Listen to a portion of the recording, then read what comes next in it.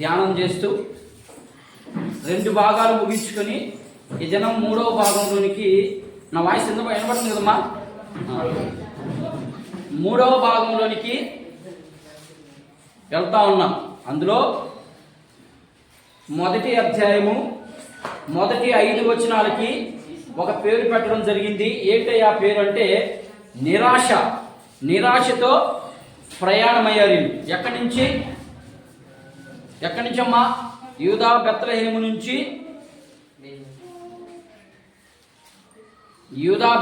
నుంచి ఎక్కడికి ప్రయాణమయ్యారు? మోయాబు యొక్క దేశానికి ప్రయాణం అవడంలో ఇది మొదటి అంశం. అధ్యాయానికంతటికి యూదా బెత్లెహేము నుంచి మోయాబు ప్రాంతానికి ప్రయాణం అనే అంశంలో మొదటి భాగాన్ని మాత్రమే మనం ధ్యానం చేస్తా ఉన్నాం. అందులో మొదటి భాగంలో ఒక భాగం ముగించుకొని 2వ భాగంలోనికి వచ్చాం. అర్థమవుతుందనుకుంటా నేను చెప్పేది? అర్థమవుతుందమ్మా? అధ్యాయానికి అంతటికీ ఒక పేరు పెట్టడం జరిగింది. ఆ అధ్యాయాన్ని 4 భాగాలుగాను 5 భాగాలుగాను డివైడ్ చేసి అందులో మొదటి భాగంలో నిరాశ అనే పేరు పెట్టుకొని మొదటి 5 వచనాలకి నిరాశ అనే పేరు పెట్టుకొని ఆ నిరాశలో కొనసాగుతా ఉన్నాం. మనం కొనసాగే దాంట్లో మొదటి భాగం అయ్యింది. 2వ భాగంలోనికి ఇప్పుడు అడుగు పెడుతున్నాం. దీంట్లో మొదటిగా నేను ఇక్కడ రాసినాను, మీకు రాసిన దాంట్లో నుంచి బైబిల్లో నుంచి అటు ఇటు పక్కకు పోకుండా చదవబడిన దాంట్లోనే ఉన్నామా లేవని మీరు పరిశీలన చేయాలి. ఇప్పుడు చదవండి స్పష్టంగా. న్యాయాధిపతులు ఏలిన దినముల యందు దేశములో కలుగగా యూదా బెత్లెహేము నుండి ఒక మనుషుడు తన భార్యను తన 2 కుమారులను వెంట పెట్టుకుని మోయాబు దేశమునకు కాపురముండుటకు వెళ్ళెను. ఆ మనుషుని పేరు ఎలిమెలెకు, అతని భార్య పేరు నయోమి, అతని 2 కుమారుల పేర్లు మహుల్లోను కిల్యోను. వారు యూదా బెత్లెహేము వారైన ఎఫ్రాతీయులు. వారు మోయాబు దేశమునకు వెళ్ళి అక్కడ కాపురం ఉండిరి. నయోమి పెనిమిటి అయిన ఎలిమెలెకు చనిపోయిన తరువాత ఆమె 2 కుమారులను నిలిచి ఉండిరి. వారు మోయాబీ స్త్రీలను పెళ్లి చేసుకుని వారిలో ఒకదాని పేరు ఓర్పా, 2వ దాని పేరు రూతు. వారు ఇంచుమించు 10 సంవత్సరములు అక్కడ నివసించిన తరువాత మహుల్లోను కిల్యోను 2 చనిపోయిరి. కాగా ఆ స్త్రీ తాను కనిన 2 కుమారులను తన పెనిమిటి లేనిదాయను. చాలా చిన్న ప్రార్థన చేసుకుందాం. పరిశుద్ధుడా, మహోన్నతుడా, సర్వాధికారి, చదవబడినటువంటి వాక్య భాగంలో నుంచి నాతోనూ నీ బిడ్డలతోనూ మా అందరికీ అర్థమయ్యే రీతిగా మీరు మాట్లాడి సర్వసత్యంలోనికి మమ్మల్ని నడిపించమని యేసుక్రీస్తు వారి ఉన్నతమైన నామంలో ప్రార్థిస్తున్నాము తండ్రి, ఆమేన్. చదవబడినటువంటి ఈ వాక్య భాగంలో నుంచి నేను కొన్ని విషయాలు ఆల్రెడీ మీకు చెప్పడం జరిగింది. ఆ కొన్ని విషయాల్లో ముందుగా ఒక ముక్క గుర్తు చేసి తర్వాత మనం రాయబడినటువంటి అంశంలోకి మనం వెళదాం. ఏం జరిగింది? కరువు వచ్చింది. ఎక్కడ?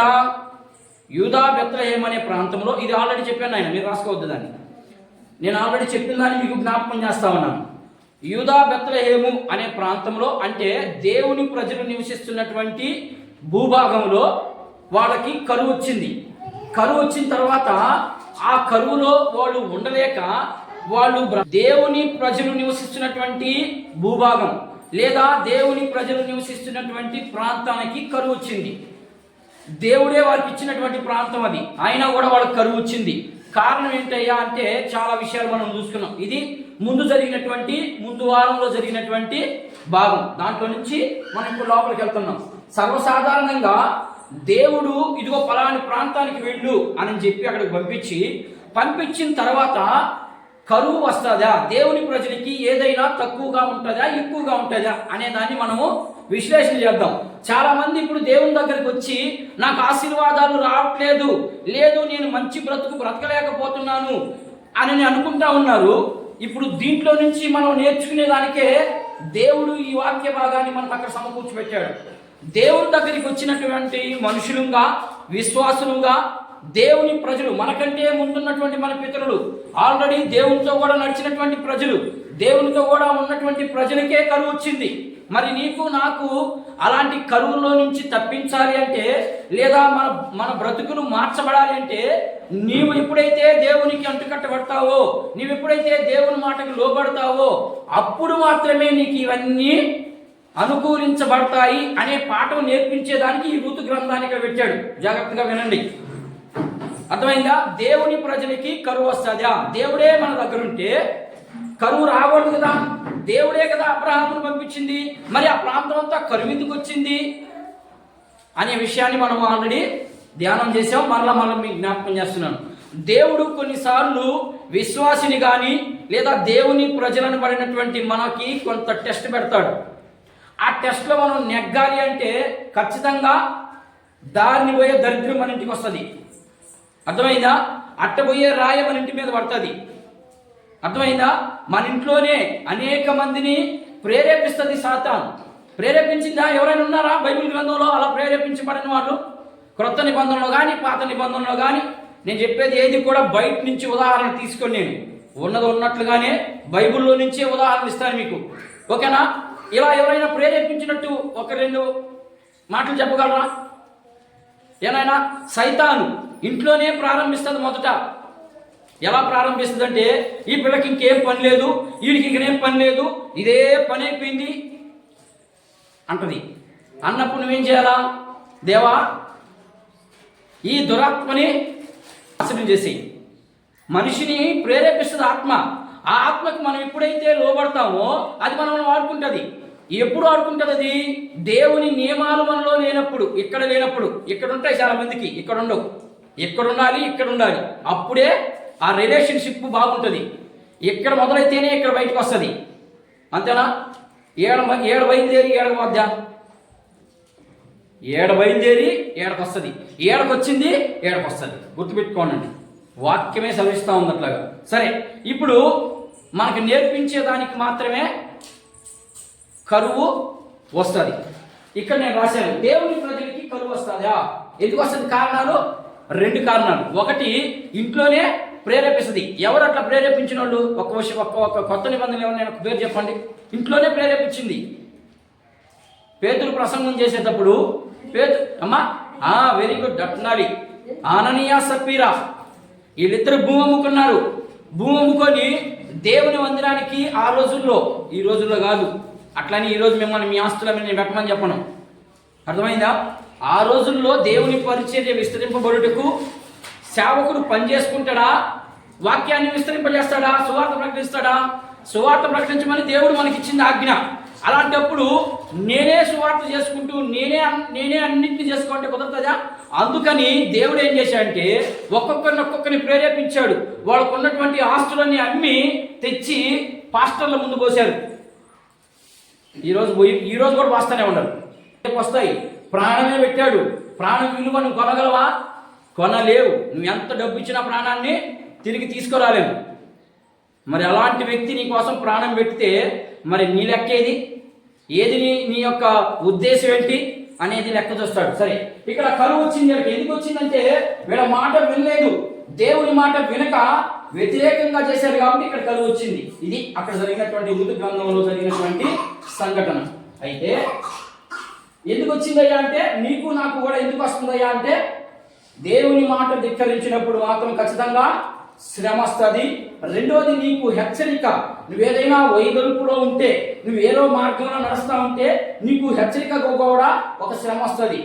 ఆ శ్రమ వచ్చి నీ ఇంట్లో అట్నే కంటిన్యూగా జరుగుతూ ఉంది అంటే ఖచ్చితంగా మీ ఇంట్లో ఏదో ట్రబుల్ ఉందని అర్థం. వచ్చినట్టుగా వెళ్ళిపోవాలంటే ఎంత స్పీడ్గా వస్తుందో అంత స్పీడ్గా వెనక్కిపోవాలి. అది ఏదైనా కానీ, జబ్బు కానీ, రోగం కానీ, సమస్య కానీ నీలో అలాగే నిలబడి ఉంది అంటే ఖచ్చితంగా నీలో ఏదో ట్రబుల్ ఉందని అర్థం. విశ్వాస జీవితంలో ఇది నేర్చుకోవాలి ఉంటుంది.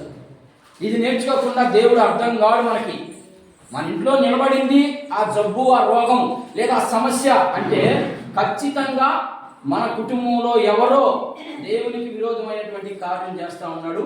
ఆ కార్యాన్ని మనం ఏం చేయాలి? తెలుసుకొని వాక్యం ద్వారా హెచ్చరింపబడినప్పుడు మనం ఏం చేయాలి? దేవునికి లోబడి, అయ్యా ఈ రోజు నాతో వాక్యంతో మాట్లాడావు కాబట్టి ఫలాంది నాలో ఉంది కాబట్టి నన్ను సరి చేసుకునే అవకాశం ఇచ్చావు కాబట్టి ఇక ముందుకు నేను అలా చేయకుండా ఉన్నట్లుగా నాకు సహాయం చేయి ప్రభు అని నేను అడగాలి. నువ్వు అంతే, నువ్వు ఉండలేవు. ఇది మొదటి భాగంలో ఉన్నటువంటి మాట. రెండవది, మోయాబీలు ఎవరి సంతానం? మోయాబు దేశానికి వెళ్ళింది కదా ఇవి. మీకు ఇక్కడ ఒక పిక్చర్ గీసి చూపిస్తాను నేను, కొంత చూడండి. కనాన్ ఇచ్చాడు దేవుడు. ఎవరికి ఇచ్చాడు? ఇశ్రాయేలుకి ఇచ్చాడు. ఓకేనా? మరి మోయాబీలు వీళ్ళు ఉన్నారు కదా ఇక్కడ, ఉన్నటువంటి మోయాబీలు ఏళ్ళకి ఒక ప్రాంతం ఇచ్చాడు. అర్థమైందా? ఏళ్ళకు కూడా ఒక ప్రాంతాన్ని ఇచ్చాడు. ఎక్కడిచ్చాడు? ఇప్పుడు ఇచ్చాడు. అసలు వీళ్ళు ఎవరు సంతానం? మోయా. సరే, ఇక్కడ చూద్దాం.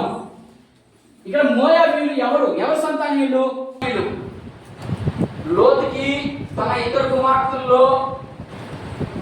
కుమార్తెలకి గర్భం వచ్చిందా? ఆ ప్రజలందరినీ చంపేసేటప్పుడు దేవదూతలు వెళ్ళి, లోత నీకు సంబంధించినటువంటి నీ ప్రజలందరినీ, నీ అన్నదమ్ములు, నీ బంధుమిత్రులు అందరినీ తీసుకుపెట్టి పడుతున్నాడు. ఈయనేం చేశాడు? అందరినీ పిలిచాడు, కానీ ఎవరు రాలేదు. ఇదే రక్షణ, సువార్త ఇదే. ఆ రోజుల్లో సువార్త ఇదే, ఈ రోజుల్లో సువార్త ఇప్పుడు ఇంకా చెప్తున్నాం. ఆ రోజుల్లో సువార్త ఏంటి? మీరు రాండి, ఇదిగో ఈ ప్రాంతం అంతా నశించిపోతుంది, దగ్గర పెట్టేస్తున్నాడు దేవుడు దేశాన్ని అన్నాడు. అందరూ పక్కనప్పుడు లోతు పిల్లలు, లోతు భార్య మాత్రమే వచ్చారు. వచ్చిన తర్వాత మళ్ళా లోతు భార్య ఏం చేసింది? వెనక్కి తిరిగి చూడొద్దని చెప్పాడు దేవుడు వాళ్ళకి. సొదొమ గొమొర్రా పట్టణం వైపు ఇక చూడకూడదు. ఓకేనా? మరి ఇక్కడ సొదొమ రాష్ట్రం. ఇక్కడ సొదొమ అంటే అర్థం ఏంటి? మన భాషలో పాపం. మనం అర్థం చేసుకోవడానికి దేవుడు చెప్పాడు, ఒకసారి మీరు రక్షించబడి బాప్తిస్మం పొందుకొని దేవుని ఆజ్ఞ మీరితే పాపం చేసినట్టే. నువ్వు చేయాల్సిన అవసరం లేదుగా.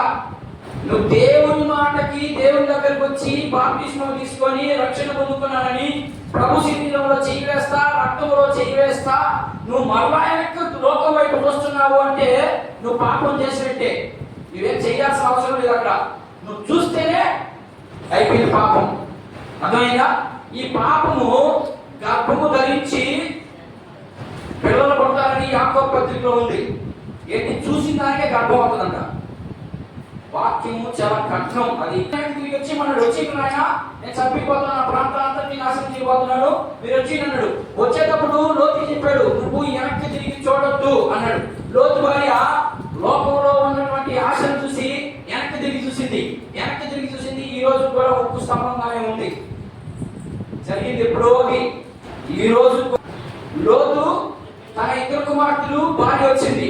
భార్య ఉప్పు స్తంభం అయిపోయింది. ఇంకెవరున్నారు? లోతు ఇద్దరు కుమార్తెలు ఉన్నారు. వీళ్ళకి ఒక ఆలోచన వచ్చింది, ఈ భూప్రపంచం మీద ఆ ప్రాంతంలో పెద్ద కుమార్తెకి పుట్టినోడే మోయాబీలు. చూద్దామా? 19వ అధ్యాయం, ఆదికాండము 19వ అధ్యాయం చూడండి.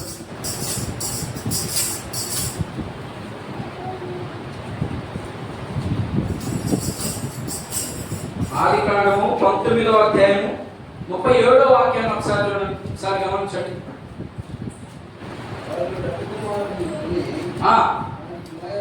లోతు సోయారులకు వచ్చినప్పుడు ఆ దేశమున సూర్యుడు ఉదయించెను. అప్పుడు యెహోవా సొదొమ మీదను గొమొర్రా మీదను యెహోవా యొద్ద నుండి గంధకములు, అగ్నిని ఆకాశం నుండి కురిపించి ఆ పట్టణములను, మైదానమంతటిని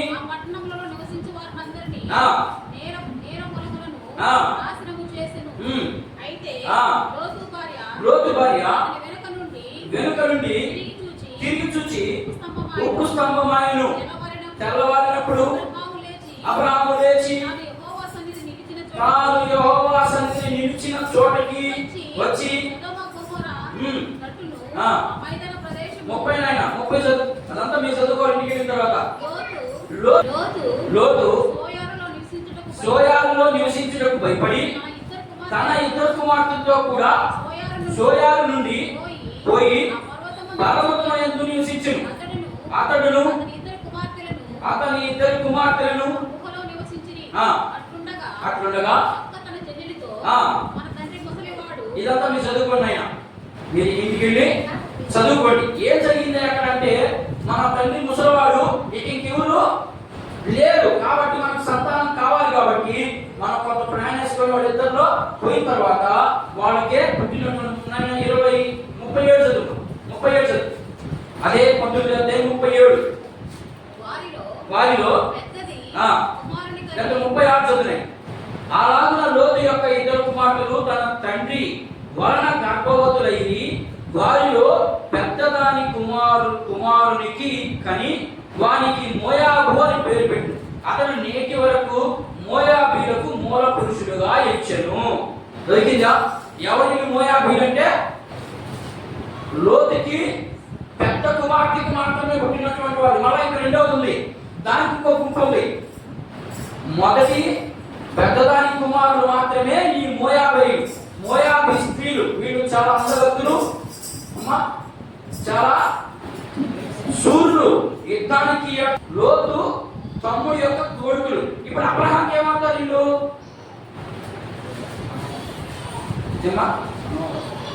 మనవడు అవుతాడు, అంతే కదా. మనవడు అంటే అన్నం తమ్ముడు పిల్లకాయలని అర్థం చేసుకోవాలి, అంతే కదా. ఇశ్రాయేలు ఎవరి కుమారులు?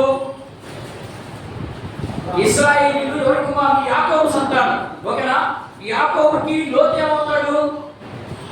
చిన్నారి బంగారు పిల్లకాయ ఎంత, అర్థమైందా? కాబట్టి చూడండి,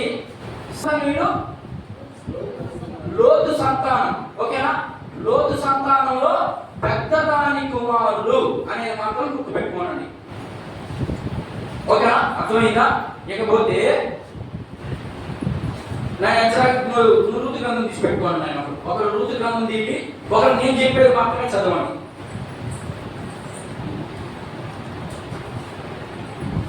ఇప్పుడు మోయాబీలకి ఎన్ని ప్రదేశాలు ఇచ్చాడమ్మా? 6 దేశాలు ఇచ్చాడు. మోయాబీలకి 6 ప్రాంతాలు ఇచ్చాడు, దేవుడే ఇచ్చాడు. దానికి నేను రెఫరెన్స్ చూపిస్తాను. రావన్నా దెయ్యం ప్రజలకు రావాలన్నా, దేవుని ప్రజలకు కరువు రావాలన్నా, లేకపోతే అపవాది. ఉదాహరణకి 2 బాగా చేస్తున్నాడు చూడండి. విగ్రహారాధికులకు రావాలన్నా, దేవుని ప్రజలకు రావాలన్నా? విగ్రహారాధికులకు రావాలి. సర్వసాధారణంగా అయితే ఏంటి? కరువు, బాధ, కష్టము, సుఖం అన్ని వాళ్ళకి రావాలి. మనకు మాత్రం ఏది రావాలి? దేవుని ప్రజలకు రావాలి. మనకేం కావాలి? సుఖాన్నే ఇవ్వాలి దేవుడు. మన కోసం చచ్చిపోయాడు కదా ఆయన, మన కోసం ప్రాణం పెట్టాడు కదా. మరి మనకు వచ్చింది ఇక్కడ దేవుని ప్రజలకు కరువు అని వచ్చింది ఇక్కడ, ఓకేనా. సరే, నేను దీన్ని కొంచెం వ్యత్యాసం వివరిస్తాను. ఇక్కడ ఇది విగ్రహారాధన కదా. ఇది ఏ ప్రాంతం? ఇది ఏమా? మోయాబీ ప్రాంతం. మోయాబీకి శరీర సంబంధమైనటువంటి ఆశీర్వాదం గుర్తుపెట్టుకోండి. అంటే డబ్బు, ఆస్తి అన్ని వాళ్ళకే ఇస్తాడు. ఇక్కడ ఏ దేవుడు ఉన్నాడు ఇక్కడ? ఏమా? మోయాబీ యొక్క దేవత పేరు చెప్పగలరా? చెప్పలేరా? కెమోష్ అనే దేవతని కొలుస్తాడు. ఆ దేవతకి చిన్న పిల్లకాయలు కదా, చిన్న పిల్లకాయలు పుట్టినటువంటి 7వ రోజు పిల్లలు వాళ్ళని చంపి ఎట్లా బలిచ్చి వాళ్ళ చేతులు పెట్టారట. అది ఎట్లా ఉంది? కూర్చొని ఇలా ఉంటుంది, ఓకేనా. దాంట్లో పెడితే వాళ్ళకి పిల్లలు పుట్టాలని. ఎందుకు అలా చేయడం అంటే వాళ్ళకి పిల్లలు పుట్టాలని, వాళ్ళకి సమృద్ధి అయినటువంటి పంట వస్తుందని, అసలు కరువే రాదు మాకు, అది వాళ్ళ ఉద్దేశం. అందుకని మోయాబీలు కెమోష్ అనే దేవతని పూజిస్తూ అనేక మందికి వాళ్ళకి శరీర సంపద మాత్రమే ఇచ్చాడు దేవుడు, ఓకేనా. ఇశ్రాయేలుకి ఏమిచ్చాడు? ఏమిచ్చాడమ్మా?